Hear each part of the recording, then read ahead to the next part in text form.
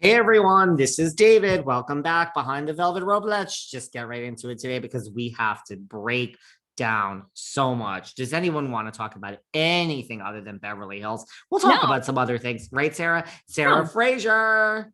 David Yontef. I loved, it's crazy to think. I think you and I started teaming up and doing these recaps. Was it January or was that That's not me. you? No. Me? What do you Right. have is that like your husband, your child? Is someone playing music back there, Sarah? This is a professional, as I just opened my coffee lid as loud as I could. This is a professional organization, Sarah. I was like, is David Yontef playing me off the show already? No. Okay, We're just getting mine's started. anyhow, I think we started almost a year ago, and I would say, I loved our recaps at the beginning. For the past 2 months, I have looked forward to our recaps so much because this Beverly Hills drama, I am not a conspiracy theorist, but there is so much going down, I think, behind the scenes. I look forward to seeing you every week because I'm like, oh, what does he know? What are his insiders telling him? I need all the scoop. Can I And just tell you that? Well, go on. I don't want to well, cut you and off.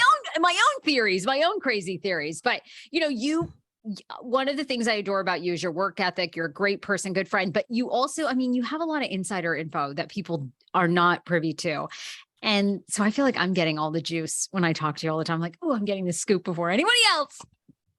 Well, first of all, to all of that, hello and yes. And this post that I made about do you believe the allegations against Kathy Hilton? I think that there are literally almost 2,000 comments. I think that I've never received this many comments on an Instagram post. I'm not exaggerating. There's like 1,000 something comments. This is like You picked up a lot of followers too. People were obsessed. You're I behind think Velvet Rope. Instagram is popping. I think because it's Rinna and Kathy, I think because it's two big fish.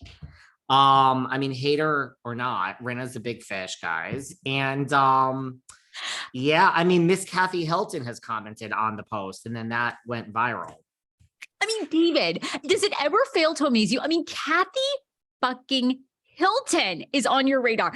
And can I just say, does anyone else feel like, isn't Kathy supposed to be busy doing other things? I don't know. Isn't there caviar to ship from Russia? I feel like listens to the podcast. Sarah, listen, don't go soft on me. But, when you text me and you're like, do these people listen? They all listen. They really do. They all, I wish they wouldn't listen. Don't they have something else to do? Listen, I wish that these people wouldn't listen. To be honest with you, I don't need people listening. I don't need people comment. The ego over here is healthy enough. I don't need this one to comment or that one. But yeah, Kathy, I guess someone said that, Rinna is behind all of this and it's her last ditch effort to save her job. And then Kathy responded to that being like, I wish I could post this. Then I was like, girl, well, now I'm going to DM you. Do you want me to explain to you how you can repost this on your own Instagram? Because I would actually like that too. But Page Six picked it up and all sorts of others. And yeah, I got a lot of extra followers for it. And that's what I care about because it's a business. So yay to the followers and welcome behind the velvet rope. Isn't that so funny though? When she wrote how she wished she could repost it, I'm like, Kathy, you literally hit the arrow. All you have to do is find your social media assistant, hit the arrow and share to your story. We can do this. It was so Kathy. I was like, yeah, girl, you got lots of people on the payroll. Put some, please. Paris can do it. Paris can do it.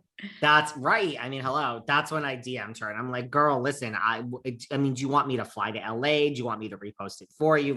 What do you want me to do to make this happen? So, and Jenny McCarthy now follows you after you and I talked about, after you posted from our talk about Donnie, and would Jenny join? And Donnie said not happening. So Jenny now follows you. So yeah, people are listening, Sarah. I know I'm unwell. I can't think about it because I truly share I always try to be kind.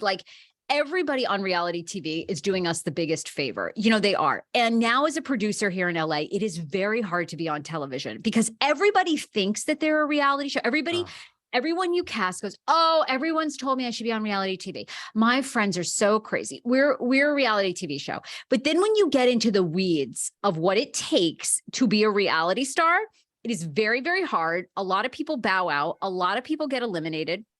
It's way more in depth than you think. So I try to be kind to everybody, whether it's Rinna, whether it's whoever, because they're providing us with amazing entertainment. And we truly are only seeing the 5 minutes of their life where they're having a breakdown, they're fucking up, somebody said something to them, and then the rest of their lives are boring like ours. I'm sorry, but they are.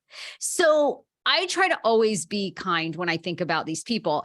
And I can't even think about Jenny following me because I love Jenny so much. And I think Jenny and Donnie would be good on Beverly Hills. And they denied it to you and me, but everybody denies until the ink has dried. Everybody denies. So I think there's some truth to it potentially. It's kind of like you said, yes, and yes to all of that. Yeah, I mean, first off, I get it all the time too, because of what I do, this and that. And I'm like, listen, first of all, like, I'm not Andy Cohen. So like you pitching this to me, like, there's not much I can do, but thank you. But yeah, I mean, like, people are pitching and you're like, I'm tuning out. Like, you're not going to be good for reality TV. Right. Yes. Your life is so interesting and exciting and your friends. And that has nothing to do with making a real show. And these shows aren't real. So it's like, it doesn't matter what your real life is. It just matters, do you fit a certain archetype? And it's like you said, I mean, I've been involved in, I can't tell you how many reality shows I have been involved in that are on the cutting room floor. They just never went anywhere.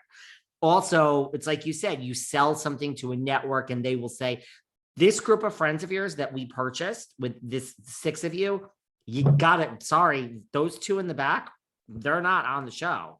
And you're like, but this is, but this is the show. They're like, I know, but instead of that, we're going to go with a little bit more effeminate gay guy. And we're going to go with someone younger for that one. It's just, it's like an archetype. It's like, if you don't fit it, you're out. So it is so hard to get on reality TV. For everyone that has that as a goal, shoot for the stars.